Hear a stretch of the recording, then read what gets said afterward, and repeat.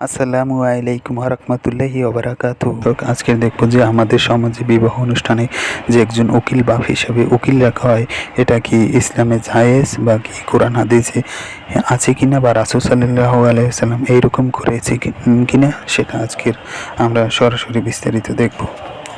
তাই এই ভিডিওটি অনেক গুরুত্বপূর্ণ হতে যাচ্ছে, সবাইকে দেখার অনুরোধ রইল, সবাই দেখবেন ইনশাআল্লাহ। বিয়েতে উকিল বাপ রাখার বিধান কি? এ সুন্নত, বি মাকরু, সি জায়েজ, ডি হারাম। ইনশাআল্লাহ হারাম। লক করে দিব, ফ্রিজ করে দেওয়া হোক ডি হারাম। প্রিয় দর্শক, নিশ্চয়ই আপনারাও হয়তো অনেকেই অবাক হয়েছেন উত্তরটি শুনে যে হারাম। আসলেই তাই। আমরা দেখি যে আমাদের বিয়ের আসরগুলোতে উকিল বাবা নামে একটা অপশন আছে, এবং সেখানে উকিল বাপকে সামনে উপস্থাপন করা হয়, যার সাথে সেই কনের দেখা দেয়া হারাম এমন অনেক ব্যক্তিবর্গকেও উকিল বাপ হিসেবে গণ্য করা হয়। ইসলাম কেন এটাকে হারাম বলেছে, আর ইসলাম বিয়ের ক্ষেত্রে ওয়ালি কে হবেন এই ক্ষেত্রে কি বলেছে, আসুন একটু জেনে নেবার চেষ্টা করি।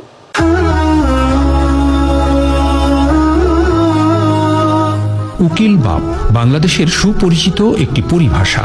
এখানে আছে দুটি শব্দ, উকিল ও বাপ। বাংলা একাডেমি উকিল শব্দের অর্থ লিখেছে: ১.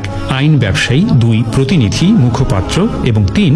মুসলমানদের বিয়েতে যে ব্যক্তি কনের সম্মতি নিয়ে বরকে জানায়। আর বাপ শব্দের অর্থ বাবা, পিতা, জন্মদাতা ও পিতৃস্থানীয় ব্যক্তি। ইসলামে পবিত্র বিয়ে বন্ধনে আবদ্ধ হওয়ার জন্য দুজন পুরুষ অথবা একজন পুরুষ ও দুজন মহিলা সাক্ষী উপস্থিত থাকা বাধ্যতামূলক। আমাদের দেশে বিবাহের ক্ষেত্রে দেখা যায় মেয়ের কাছ থেকে সম্মতি গ্রহণের জন্য একজন উকিল নিযুক্ত করা হয়, যাকে উকিল বাবা বলে, এবং তাকে বাবার মর্যাদা দেওয়ার পাশাপাশি পর্দার বিধান লঙ্ঘন করে তার সঙ্গে রক্তের সম্পর্কের আত্মীয়ের মতো আচরণ করা হয়। অথচ বিয়েতে উকিল বাবা নির্ধারণ ইসলাম সম্মত নয়। পৃথিবীতে প্রকৃত বাবা একজনই, যার ঔরসে সন্তান জন্মগ্রহণ করেছে। এর বাইরে ইসলাম কয়েক ধরনের ব্যক্তিকে পিতৃস্থানীয় হিসেবে স্বীকৃতি দিয়েছে। ১.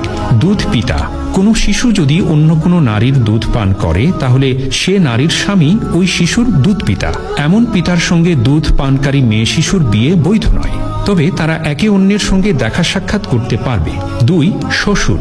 বৈবাহিক সম্পর্কের মাধ্যমে আরেক ধরনের পিতৃত্বের সম্পর্ক সৃষ্টি হয়। দেশীয় পরিভাষায় ওই পিতাকে বলা হয় শ্বশুর। শ্বশুর স্বামীর পিতা বা পিতৃস্থানীয় হওয়ার কারণে তার সঙ্গে স্থায়ীভাবে বিয়ে হারাম, তবে তার সঙ্গে পিতার মতো দেখা সাক্ষাৎ করতে পারবে। ৩. পালিত পিতা।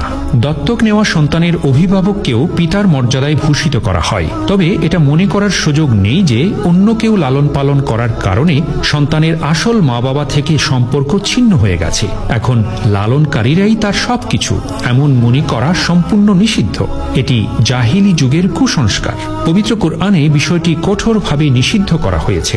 লালন পালনকারীর সঙ্গে পালিত সন্তানের পর্দার ক্ষেত্রেও পুরোপুরি ইসলামের বিধান রক্ষা করে চলতে হবে। নিজ হাতে লালন পালন করেছি বলে পর্দার বিধান লঙ্ঘনের কোনো সুযোগ নেই। এই কয়েক ধরনের পিতৃস্থানীয় ব্যক্তি ছাড়া অন্য কাউকে পিতা হিসেবে ইসলাম স্বীকৃতি দেয়নি। সুতরাং ইসলামে উকিল বাবা বলে কিছু নেই। বিয়ের ওলি বা অভিভাবক যিনি হবেন, ইসলামিক স্কলারগণ অভিভাবকদের একটি ক্রমধারা নির্ধারণ করেছেন।